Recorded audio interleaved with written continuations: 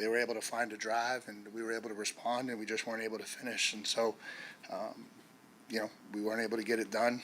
We came up 5 yards short, and that's something we'll have to live with throughout the offseason. But still proud of this team, proud of what they accomplished, proud of what they did. And from there, we'll open up to questions. Please raise your hand if you've got a question. We'll go to the fourth row. Coach Elko, in your mind, what should the history books say about these 2025 Aggies? Yeah, what I just told them. I said to the seniors who just played their last game, they left a mark on elevating this program that will never go away. From where this program was 2 years ago to where it is now, I don't think that can be lost on people. I think it's made massive strides. And then I said to the guys coming back, there's still another major step we have to take as a program to finish. I think the last two games showed that. And so it's a rallying cry to the guys that are still here and still have time to play, but I don't think we can turn our back on the guys who just finished their careers here and everything that they accomplished and everything that they did for Texas A&M football. We'll stay to the left, fifth row, Sam. Mike, when you think back to the offensive struggles, what do you think made it hardest on you guys to get points on the board? Yeah, we lost the game of the line of scrimmage, and I think it got worse in the second half. I think, we just couldn't keep them off of us. We couldn't get the run game established. We became one-dimensional. Once we became one-dimensional, they were able to tee off. I think they finished with 7 sacks. We didn't win the line of scrimmage, and you can't play playoff football and not win the line of scrimmage. And then obviously they were able to get the run game going, and we wound up losing the line of scrimmage on both sides of the ball, and you're just not going to win if that's the case. Alex, second row. How much do you feel like the wind was a factor out there? Just could you feel it out there?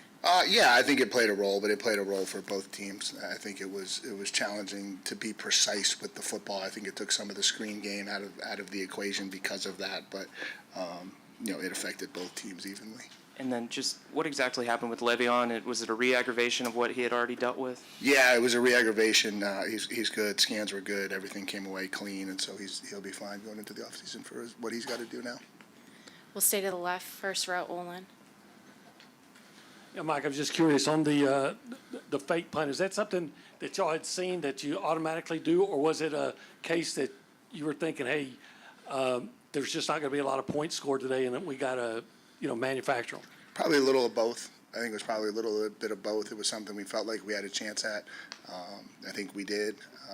It was something we wanted to run around that area of the field, and it just felt like the right time to try to see if we could get a lead going into halftime.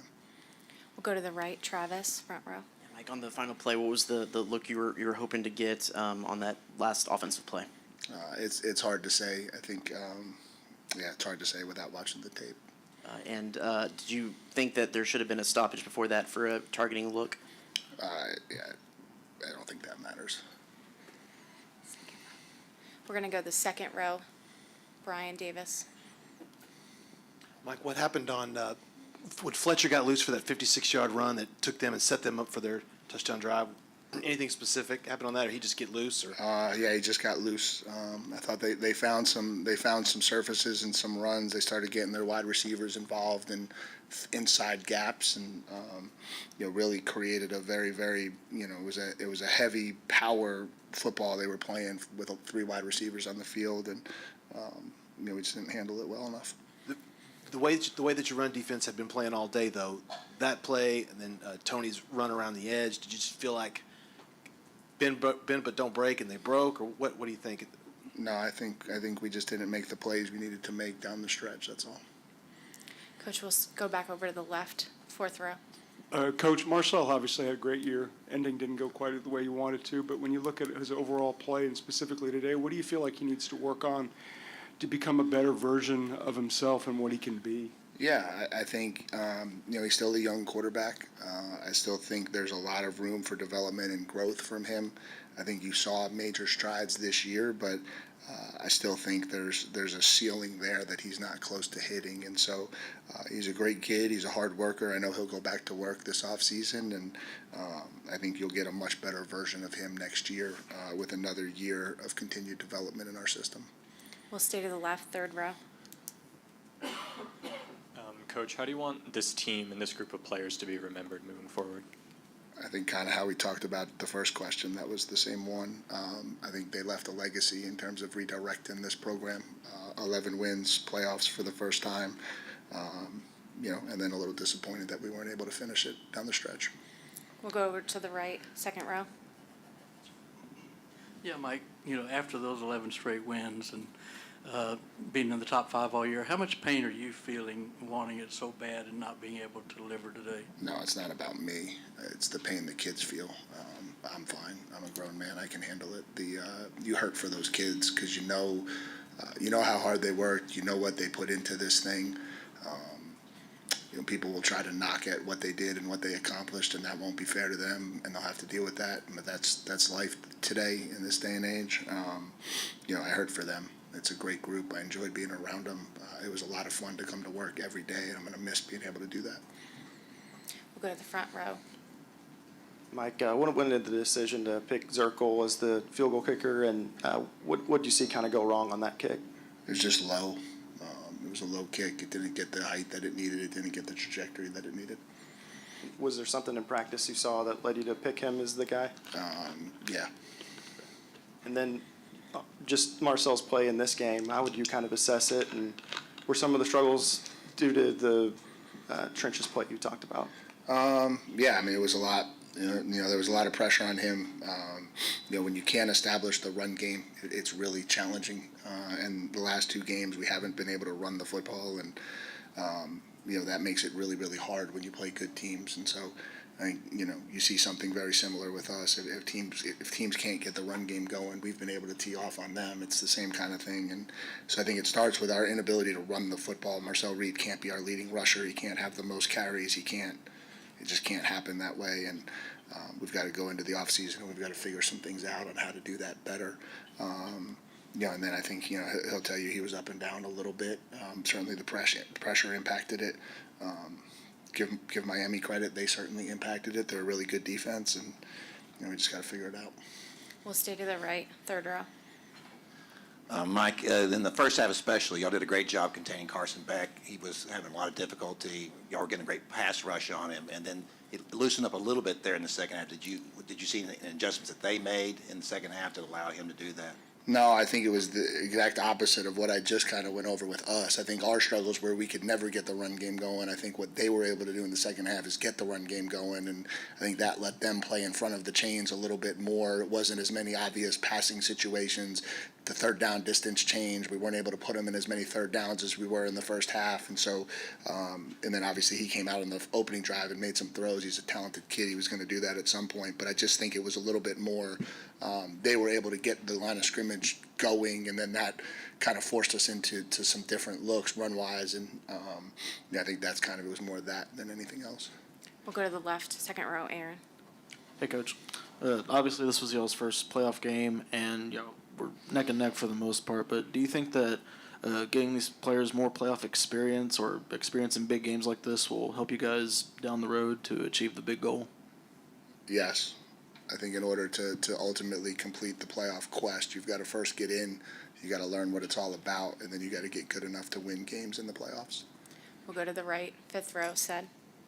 Hey, Mike, you guys, what were your conversations like at the half? Because you had some scoring opportunities there in the first half, deep in their territory that you came up empty on. Yeah, I think it was just the one, right, in the first half where we missed the field goal. It just felt like we were having a hard time getting unhinged. We weren't doing a really good job with the field position game on special teams. That was, they had the big return that flipped the field. We hit a couple low line drive kicks that didn't help. We weren't able to get the return game going, and so their net punt was better than ours. It felt like the field just kind of kept tilting away from us in a defensive struggle, right? And that makes it challenging. We got the one drive down there. We weren't able to finish it, and then we got the field goal blocked. And and then on the flip side, I thought defensively we went into some short field situations and really made some stands. But then when you do that, then your offense has to come out and go a really long way. And in that type of game, it creates challenges. We'll go back to the left, second row, Colton. Hey, Coach. Were there any positives that came out of this game, and what were they, if you thought there were? I mean, it's hard to take positives in a playoff game that you lost that ends your season. I think there's positives in the big picture direction of Texas A&M, but I wouldn't say in this game. We'll stay to the left, front row, Mark. Mike, how frustrating is it to see a problem that you've recognized and dealt with all year, the run defense, come to this point, and the same thing repeats itself, and a guy breaks off for 172 yards, and that's the difference in the game? Yeah, I mean, I think that you're not really in a position to talk about these things as the year's going on because you're just trying to find ways. But clearly, that was a weakness of ours. It goes without saying, and so it's hard to make a weakness a strength in the middle of the season. And so again, we've got to look at what we're doing. We've got to look at how we're doing it. We've got to figure some things out this offseason. But when you're in the middle of it, it's certainly very challenging to turn a weakness into a strength. Alex, second row. I realize it's fresh, but just what do you feel like are the biggest things y'all need to accomplish this offseason to keep this thing going the way you hope it's trending? Yeah, I mean, I don't hope it's trending. It is trending. I see the direction that it's trending. 8 wins to 11 wins. Like, I see the direction it's trending. We're going to finish the season ranked. That hasn't happened in a while around here. What has to happen? We have to continue to elevate. We have to continue to move this thing in the right direction. We've got to continue to make positive strides building this program. We were not a elite program ready to compete for a national championship when we took over. We're still not. We're working to become it. We're battling to become it. I think clearly these last 2 games have showed there's still room in areas that we have to continue to grow. But that's what this is. That's what this should have been. And so I think it's a credit to those kids that they put ourselves in this position and got us to where we were. But we've got a lot of work to do to continue to develop this program into what ultimately it needs to become. And we're still in the infant stages of that. We'll go back over to the right, fifth row.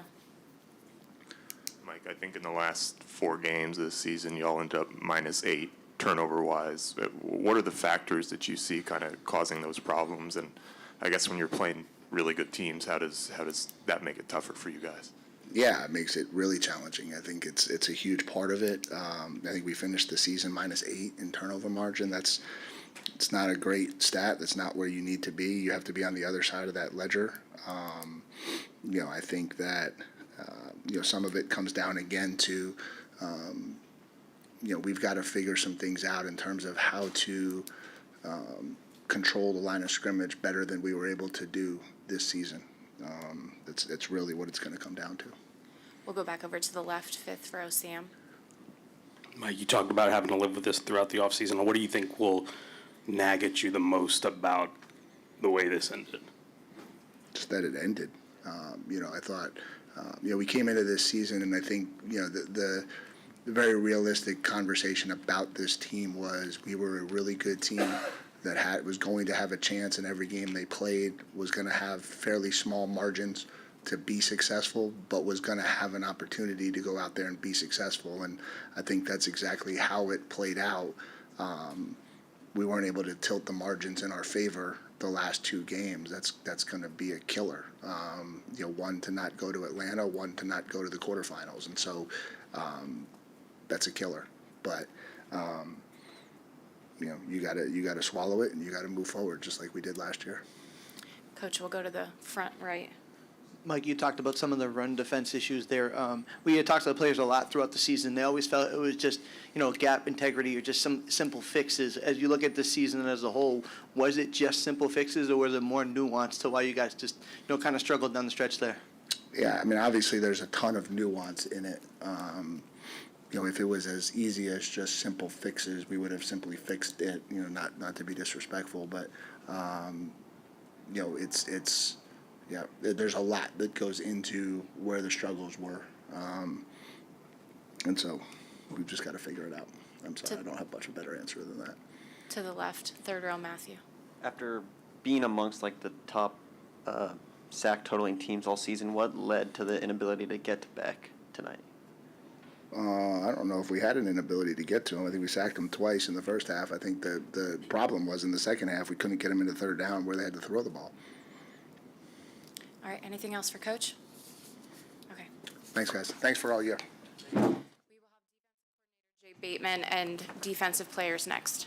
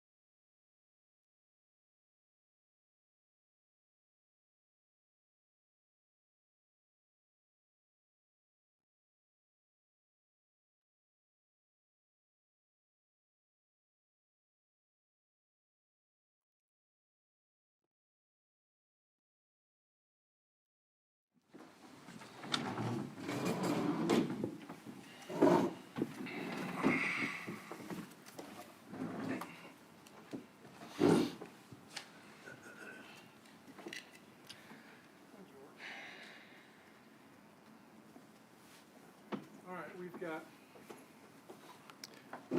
Reminder, when you ask a question, if you kind of direct it toward who you want to talk about it, that'll help the camera work. On the far side, we have Torian York, we have Damian Sanford, we have Dalton Brooks, and defensive coordinator Jay Bateman. Who'd like to get us started with a question? Let's go to the left side, Alex Miller from the Bryan Eagle. For Jay and for Torian, it seemed like they only had two really sustained drives. Just what were maybe some of the breakdowns that you saw on the sideline and on the field on those two long drives that led to the scores that they had? I think the first drive of the second half, they went some tempo on us, got some easy throws. We missed a tackle, but thought we settled in pretty good. And then I think on the touchdown drive, we kind of messed up a rotation. And kind of let the ball get out on us, right? And then we had a chance to stop them on third down, didn't get it done. Yeah, honestly, I feel like we played probably defensive sound football for the majority of the game, but I mean, these guys are elite players as well, so they're going to have, two good drives at the bare minimum, because they're, they go to University of Miami, so they recruit well as well. So, they're going to make plays, they're going to have good drives, but I feel like we did a really good job at minimizing it. 10 points in the playoff game, it is what it is. We didn't score enough points, but at the same time, we gave up too many points. On the left side middle to Sam Kahn from The Athletic. For Coach Bateman, it seemed like their most success was in between the tackles with Fletcher. I guess what did you see for that enabled them to be successful in that way? We kind of went into the game with a little bit of a light box mentality, trying to defend some of the other things they did really well. And I think it took them a while. I think they finally hunted it up, and then we were able to credit to Torian and Damian for handling a couple of adjustments to how they were doing. They gave us a little bit more pistol back than we had seen from them. And I thought once we settled in with that, we actually did a pretty good job.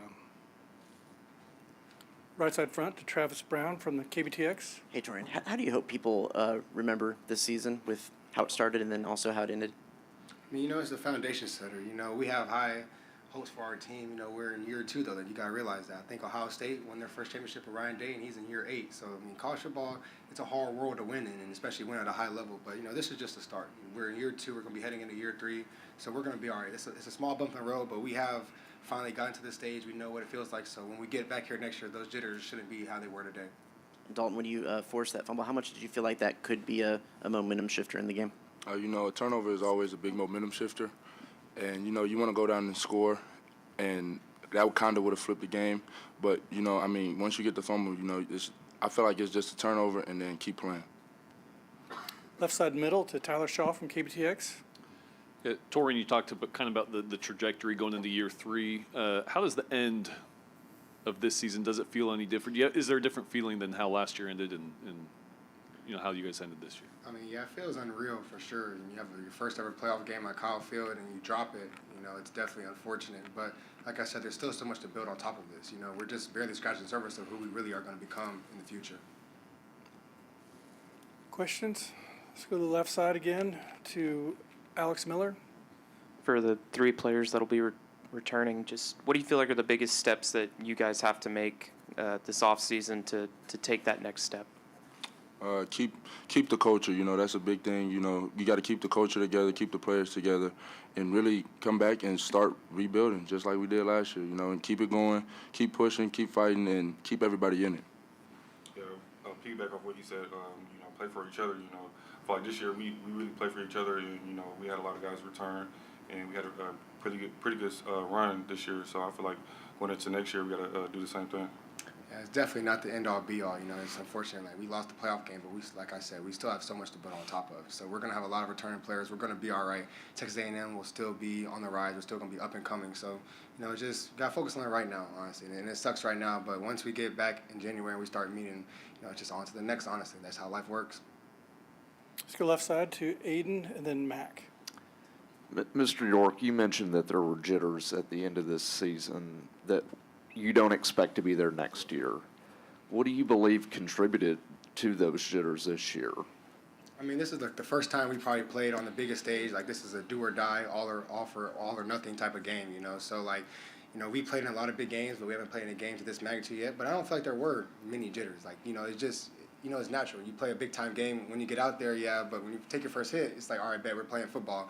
So, just leading up to the game, maybe a little bit of jitters, but honestly, just the execution aspect on us is probably why we dropped the game. Left side middle to Mac Engel from the Star Telegram. For any of you guys, any of the players, when you have such a great start and then the ending doesn't go the way you want, obviously, do you still feel like you had a great year, or does the ending change that feeling at all? I feel like we still had a great year. Honestly, this is something that hasn't been done at Texas A&M. So, we've stamped something in history forever. So, I feel like we had a great year, but, you could always build off of something knowing that you could have done more. All right, let's go to the right side to Brian Davis from the Houston Chronicle. For Torian and Jay, today included, especially the way the game ended, what's going to be your takeaways about the run defense as a whole and what you'd want to change if you could have changed it and how you would address it going forward in the future and then at future schools or whatever? Well, I'll answer that question. Honestly, it's just more so about just knowing who you're in the fit with, it's all about leverage, numbers and leverage. So you're tied to a certain number, a certain player. It's that type of deal. If you know football, it's all about leverage and angles. So it's that type of deal. And just communication as well. Looking back, all right, are you in the fit with me? Okay, if you're not, then who's in the fit with me? That type of deal. So it's just all about being on the same page. Like last year, it was our pass defense, and we weren't communicating well. So this year, we sharpened up on that, and then it kind of tanked our run defense. So now it's like, okay, heading into year 3, how about we communicate in the pass game and the run game, and let's see how elite can we truly be. Let's go to the right side to Cedric from the Statesman.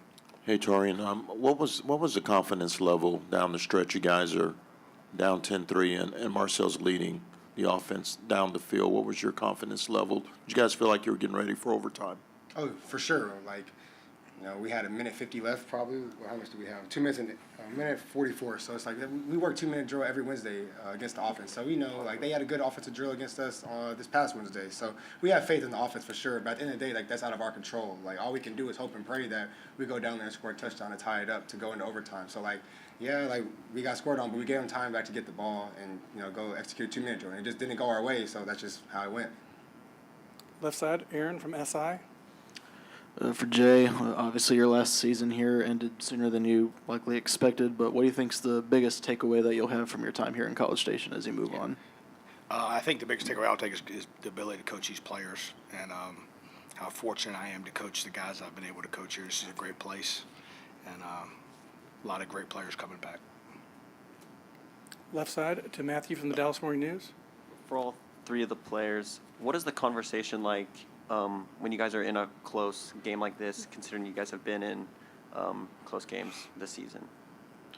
I would say do your job. Like, I mean, it's not a secret. As long as you do your job, you're 111th. Like, the defense will be executed how it's supposed to be executed. So that would probably say it's that short and simple. Yeah, our leaders on the team, they always preach do your job. He always says DYJ in the huddles and stuff like that. So, same thing, do your job. Yeah, and to piggyback off of that, keep it going. Like, once you do your job, keep doing your job the whole game. Don't make it one play. Keep the same focus, keep the same intensity the whole time. All right, let's go second row to Kirk Bowles from the Houston Chronicle, and then Carter. Jay, can you speak to, kind of holding off the dam? They were in y'all's territory a lot, especially in the second half, and then to their touchdown. Tony, I know they got him involved in a lot of ways, but did that play catch you off guard, thinking maybe they would run to set up a field goal? We ran that exact same play on Thursday afternoon. I think we were ready for it. I think that kid's a really good player. They kind of got us blocked, changed the perimeter a little bit, and cracked on Dalton, and just the kid. Look, I mean, I think we did as good a job on that kid as anybody in the country's done against him this year. I think there were a couple of times we got. They got some short fields, and the way we responded, I thought was awesome. I think they had missed 3 field goals. I think where you were able to hold them, and I think that was the story of the game going into the final 10 minutes or so. Right side front to Carter Carrolls from 247. Torian, a couple for you. Just first, have you made a decision yet on whether you're coming back or going to the NFL? Yeah, that's probably going to be. It's just I've never been through something like this before. Honestly, nobody in my family has ever been through to the NFL, so we really don't know the ins and outs about it. But that's what this week is for. And when we get back from Christmas, I'm sure we'll meet about it again. So it's just gonna pray to God. Honestly, He's gonna lead me in the right direction. But who knows what the future holds for Torian York. And if you do come back, what gives you confidence that in your last year here you'd be able to be back here and kind of sustain the success y'all had this season? Because I trust Coach Elko. I really do trust him. I trusted him since I met him when I was 15 years old.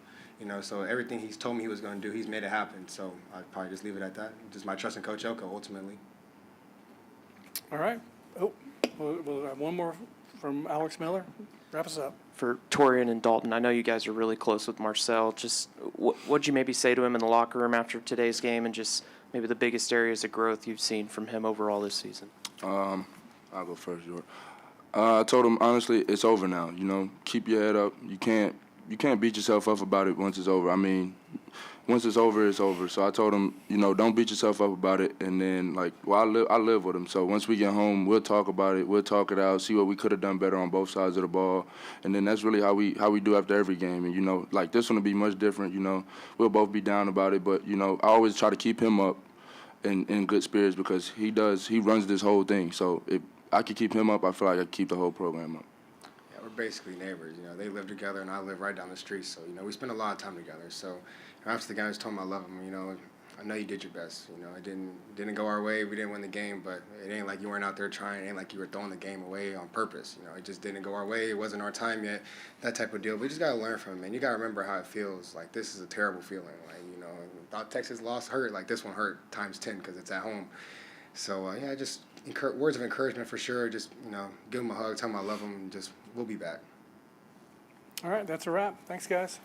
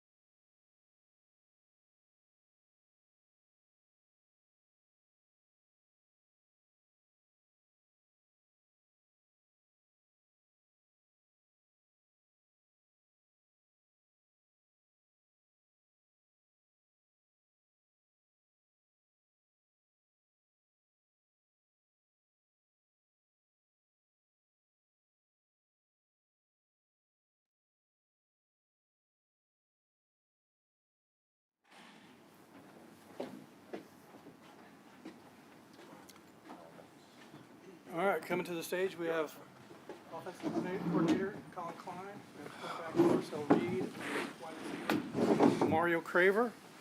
Who'd like to get us started with a question? We'll go to Travis Brown right here in front.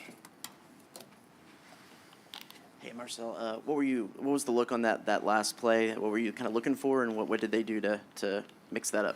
Yeah, we were trying to get an exchange, with the receiver and tight end, kind of have a big body in the end zone. Tried to put it up there over some of their backers. They like to drop, right on the goal line, and got it just over, but wasn't in the right spot. So, yeah, they picked us off on that one, and that was the end of the game.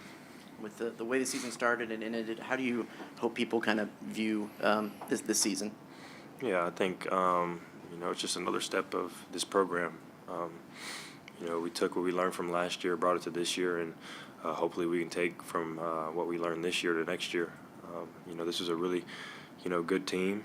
Had some minor setbacks in some games, but ultimately this team worked over the offseason and had a goal in mind, and we put our heads down and went the entire season. Regardless of what people were saying on the outside, we were worried about ourselves, and we had a pretty successful season.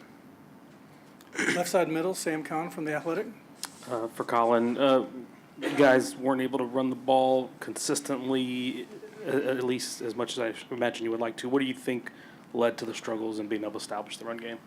Well, I thought, credit Miami, I thought they did a really, really nice job of taking away a lot of easy opportunities in squeezing space, getting off blocks, making tackles, and because we were not able to get the wheels turning in some of those areas, we were in third and long, way too much, and we knew that going in. They're too good of a defensive front to play the game in that field zone. So it's tough.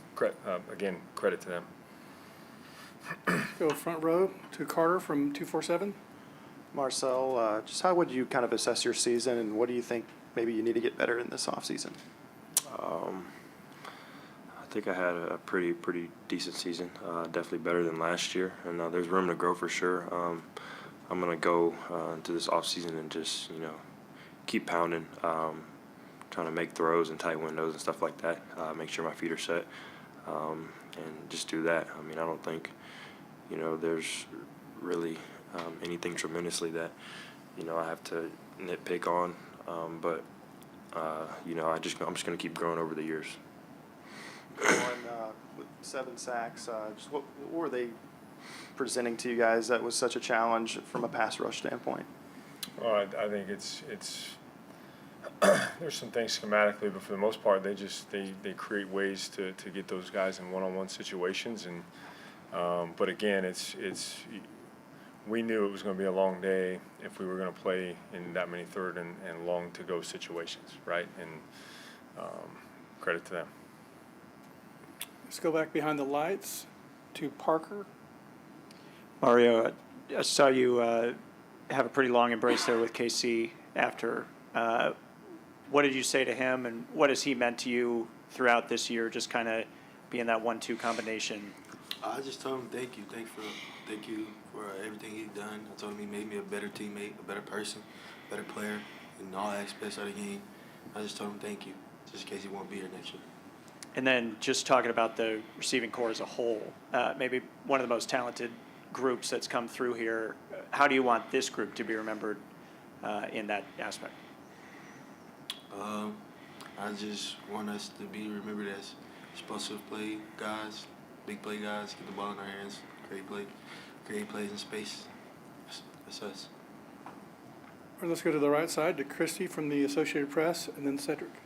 Marcel, I know you guys are disappointed right now, but is there a sense of pride knowing that you got the Aggies to a place they'd never been before and were able to do things that hadn't been done here ever? Yeah, it's definitely a sense of pride. This loss stings not only because it put us out, but it was a loss at home, and we were looking to go undefeated at home. I think we thought that this season obviously could have been a lot better than what it ended at. But we're proud of what we've accomplished. Like I said earlier, it's just, we're growing, and we grew from last year, and we're going to grow again from this year. Let's go stay on the right side with Cedric Golden from Statesman. Hey, Colin, as you and Marcel part ways, this offseason, He took a big jump from last year to this year. What's his upside moving forward? Well, Marcel's dear to me, and I couldn't be more proud of first of all the whole unit, but how he has grown into leading that unit. And these two guys are two of the best competitors that I've ever been around, and you know, it was a joy and an honor coming to work with them. You know, I told him after the first spring practice, our first spring scrimmage that we were here 2 years ago. You know, I told him he's got a chance to be as good as anybody that has come through this program, and I think the sky's the limit for him. I think his character and foundation is outstanding, and it's extremely bittersweet. Let's knock out the left side at second row. Colton, Alex, and Aaron. This one's for all of y'all. What has this Aggie family meant to all of y'all, especially like after a time like this? As an Aggie family, you mean like everybody, or like just yeah? Yeah, Aggie as a team. As a team. As a team, okay. I mean, this team is probably one of the best teams I've ever been on. You know, I've been through. This is my third year of college, and you know, I was here for Jimbo and Elko. So, just being here as a freshman and seeing the changes that have been made, and the difference in the culture and how bought in our players are, it was great to see. And I had a talk with, you know, my roommate Dalton Brooks, and then Torian York is just a really good friend of mine. I mean, we talked about this when we were freshmen, that we were going to put this team in a position to go win it all. And, you know, we kind of wrote out our goals and did all that for ourselves. And you know, we just kind of spoke a lot of it into existence. Obviously, we wanted to do more, but, you know, we have made tremendous strides since our freshman year, since we've been here. So I love this team with all my heart. All the coaches, whether they're staying or leaving, I appreciate every single one of them for what they've done for me and this team. All right, let's go to Alex Miller from the Eagle. For Marcel, it looked like you had a moment just by yourself after the game where you were sitting on the bench. Just can you kind of take us through what was going through your head in that moment? Yeah, I mean, it didn't really feel real. You know, I don't want the season to end. A lot of changes are going to be made after this season, so I really didn't want it to end. It sucked. I was just sitting there, trying to avoid as many people as I could. Honestly, you know, I just wanted to be in my own space at that point in time. So yeah, I just sat there with a towel over my head. And then for you and Mario, just as two returners, I realize it's fresh, but just what are the biggest things the team needs to accomplish this offseason, you feel like, to continue taking steps forward? I said it in the press conference earlier. We have to finish, and that needs to be the motto moving forward. We need to learn how to finish games. For Mario, what would you say is the biggest lesson you learned in your first season here at A&M, and what will you take over next season as you potentially lead the receiving corps?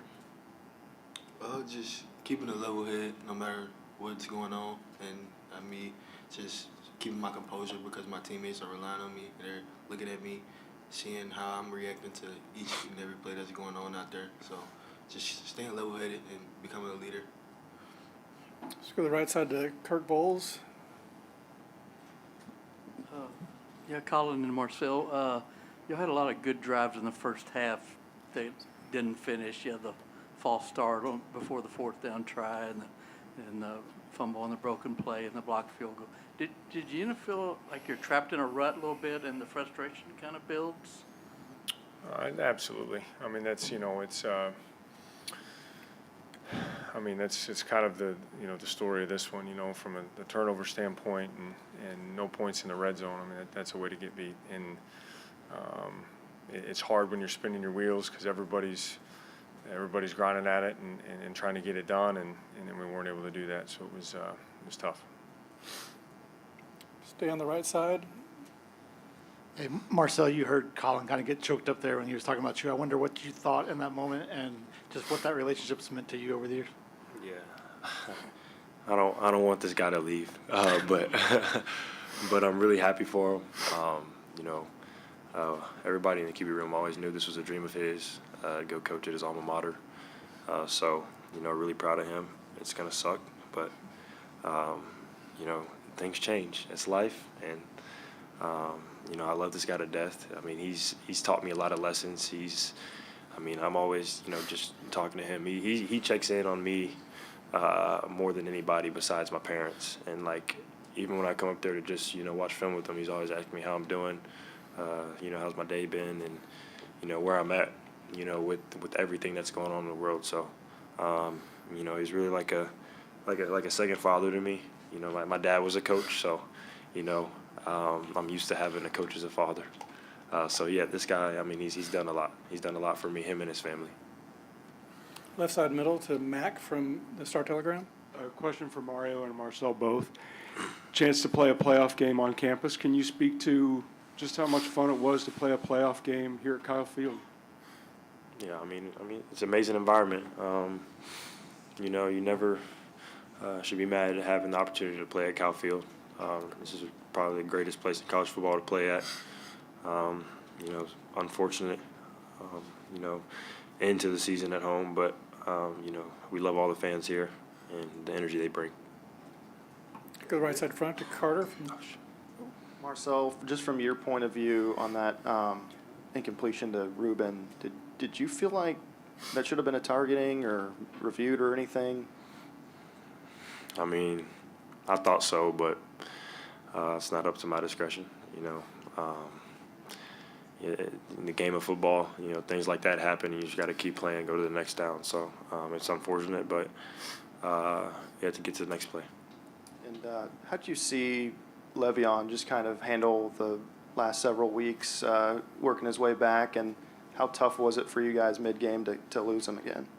Yeah, you know, it's honestly probably more tough for him than it is for us. But you know, it sucks to lose one of your best players on offense, and you know, he's been doing so much to try to work back and you know, get to this opportunity, and it just sucks that happened, and then also that we're not able to go on so he can be back again. You know, that's really the part that hurts the most. We'll wrap it up on the left side with Sam and then Tyler. For Mario and Marcel, I know 11-0, you guys reached some tremendous heights and wanted to go and win a national championship. What do you think will stick with you most, you know, as this thing comes to an end? Just the brotherhood this team had. Like, this team was a real family. These guys really accepted me coming in from the transfer portal, and I just really love these guys, and it was an honor to play with every single last one of them. Yeah, really what he said. You know, this team, like I said, is probably one of the greatest teams I've ever played on. There's tremendous talent, and we're always competing with each other in practice, and always have things to say to each other. But you know, at the end of the day, it's all love, and the locker room was, you know, probably some memories I'll have for the rest of my life, and I just appreciate every single person that was on the team. We'll finish with Tyler Shaw from KBTX. Marcel, Dalton Brooks was in here and talked about, you know, as a roommate, just the conversations you guys have after every game of, you know, what went wrong, right, what you guys can do better. How do you anticipate this conversation to go? Yeah, I really don't know what this conversation is going to be like, but it's going to be a long one for sure. You know, York will probably be over at the house. We sit down and watch the game every time. After every game, we'll turn it on, just watch it, you know, TV copy. And, you know, I don't know what's going to be said, but it's going to be a real long conversation. And, you know, I think we're going to talk a little bit about the future too. You know, just, you know, what's going to change, and you know, hearing like what should have been done, but like at the end of the day, you can't change what happened already. So it's really just going to be a lot of talking, and you know, there's not really much result that comes behind it, but yeah. Okay, that's a wrap. Thanks, everybody.